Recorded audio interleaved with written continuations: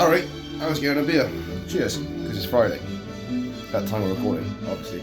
This is homebrew. I buy it from a shop in Plymouth near the train station. Really good, really nice guy owns it, called Peter. I like him. Anyway, I was thinking about constitutional monarchy. So, constitutional monarchy, being the monarchy protects the constitution, does that not mean that if the government is illegitimate, then the monarchy should shut down the illegitimate government?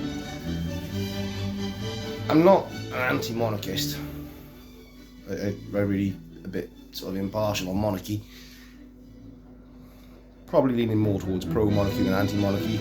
After all, sworn oath of allegiance to the monarchy and all the rest of it. But this current monarchy hasn't it failed? I mean, we've got a government which is pushing through radical ideas. I mean, votes for 16-year-olds, full-term abortion, assisted suicide with no consultation of the public, just pushing all this stuff through. And now they're legalising the selling of allotments. They're not interested in getting the local councils any more money.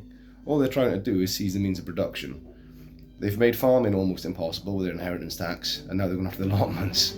They want you to not be able to produce your own food. They want complete control of the food source, therefore they have complete control over you. It's the same with the 16-year-olds getting a vote thing.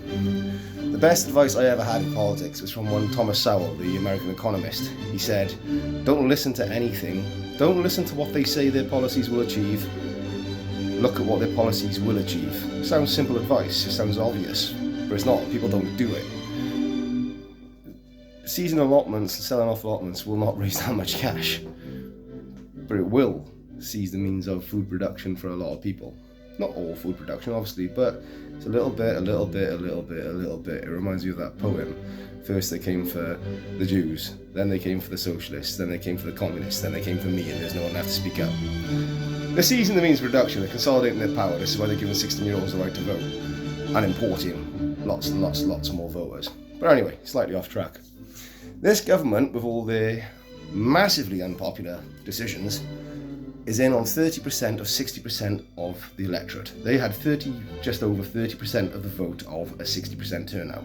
That is not a legitimate government.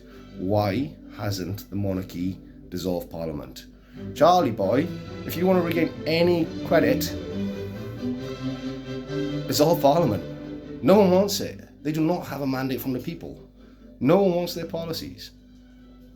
And if you don't, then the monarchy is illegitimate and failed at its job. So we already know the government's illegitimate. Why not? There's a good video, well, there's a couple of videos, a lecture sort of series kind of thing, or interviews with a chap called David Getz. That's Getz. Lecturer on war studies from King's College University, I believe, in London. Really good watch. Highly recommend it, and I think he's right.